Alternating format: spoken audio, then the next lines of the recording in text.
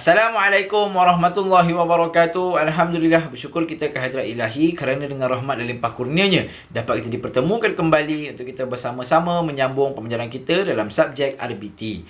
Okey, pada sesi pembelajaran kita pada kali ini, kita masih lagi berada di unit yang ke-6 yang bertajuk reka bentuk pengaturcaraan, di mana kita akan membincangkan tentang menghuraikan masalah menggunakan pseudocode dan carta alir. Okey, tanpa kita mau masuk lagi, kita terus lihat kepada permasalahannya. Okey, permasalahannya ialah cara untuk mengukur dan menanda dengan betul. Okey, pelajar semua boleh rujuk buku teks muka surat 83. Okey, situasinya ialah Arif tidak dapat mengukur dan menanda dengan betul. Akibatnya, bahan projek yang dipotongnya tidak menepati saiz yang dikehendaki. Okey, mari kita lihat pseudocode yang telah dihasilkan. Okey, adakah betul pseudocode yang telah dihasilkan ni? Okey, jom kita lihat.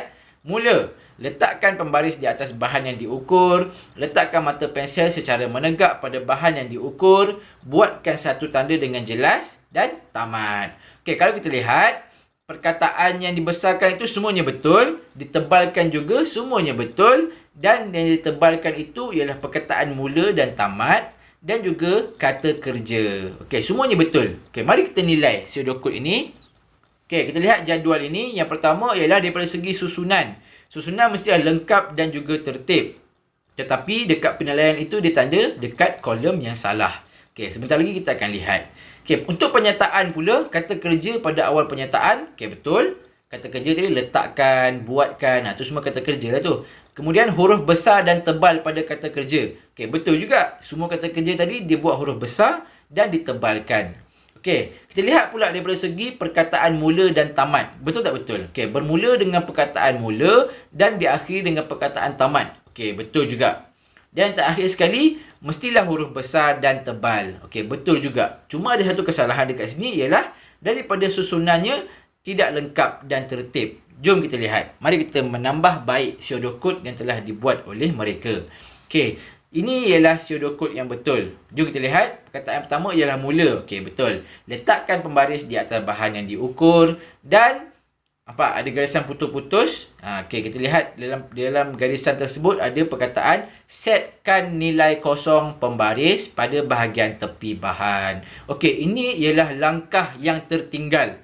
Sebab tu dia cakap susunan dia tadi tidak lengkap dan tidak tertib. Maksudnya ada satu langkah yang tertinggal.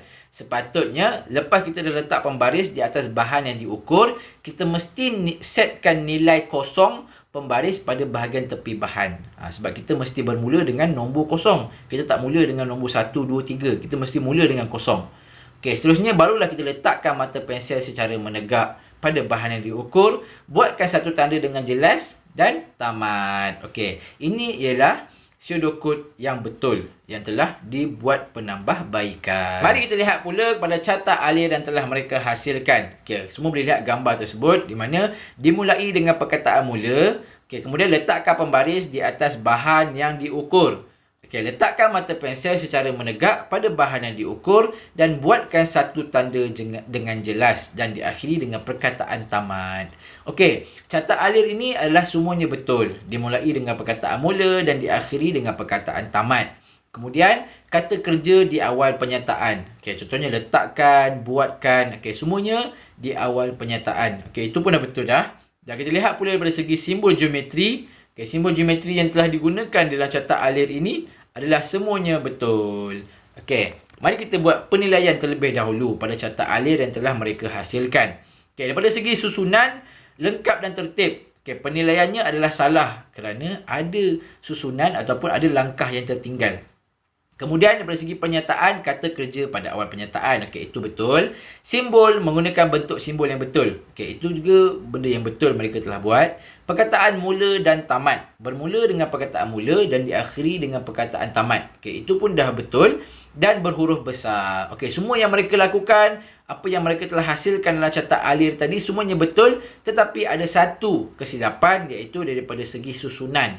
Tidak lengkap dan juga tidak tertib. Okey, mari kita lihat penambahbaikan yang telah dilakukan dalam carta alir yang telah mereka hasilkan.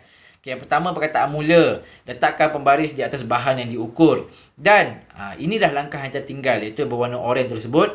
Setkan nilai kosong pembaris pada bahagian tepi bahan. Kemudian barulah sambung. Letakkan mata pensel secara menegak pada bahan yang diukur. Buatkan satu tanda dengan jelas dan tamat. Okey.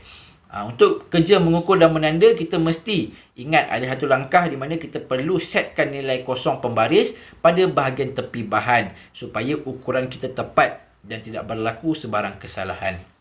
Okey, mari kita lihat kepada rumusan untuk pseudocode dan carta alir ini, di mana kita mendapati satu langkah tidak dimasukkan dalam penghasilan pseudocode dan carta alir. Okey, langkah yang tertinggal tadi ialah setkan nilai kosong pada bahagian tepi bahan. Okey, hal ini telah mengakibatkan kesalahan semasa melaksanakan kerja mengukur dan menanda. Kita kena ingat, setiap kita nak buat pengukuran dan penandaan, kita mesti bermula dengan nilai kosong. Sekiranya kita bermula dengan nilai selain daripada kosong, kita akan mengalami kesalahan. Okey, oleh itu, kita hendaklah memastikan setiap urutan langkah kerja mengukur dan menanda dimasukkan dengan betul dan tepat dalam penghasilan pseudocode dan carta alir. Sebab kita nak buat satu benda tu, kita mesti melalui pseudocode dan carta alir. Kita mesti menjadikan pseudocode dan carta alir yang telah kita hasilkan tadi itu sebagai rujukan. Jika terdapat kesalahan dalam pseudocode dan carta alir, maka kita akan mengalami kesalahan semasa kita membuat, mengukur dan menanda. Okey, dan secara kesimpulannya, yang pertama kita lihat tadi, pada segi menghuraikan masalah, menggunakan pseudocode dan carta alir. Kita boleh menghuraikan masalah menggunakan dua cara, iaitu pseudocode dan carta alir. Seterusnya, kita mesti nilai semula pseudocode dan carta alir yang telah kita buat tadi. Ada kesalahan atau tidak? Adakah semua betul? Kita mesti menilai semula. Dan terakhir sekali, kita mesti membuat penambahbaikan pada pseudocode dan carta alir sekiranya ada kesalahan. Kesalahannya ialah daripada segi susunan, daripada segi apa lagi? Simbol, kata kerja, berhuruf besar dan sebagainya. Okey, itu ialah yang penilaian yang perlu kita lihat untuk kita membuat penambahbaikan pada pseudocode dan carta alir yang akan kita hasilkan. Okey, dan setakat itu saja pembelajaran kita pada kali ini. Sehingga kita berjumpa lagi pada masa yang akan datang. Wabillahi taufiq wal hidayah. Wassalamualaikum warahmatullahi wabarakatuh.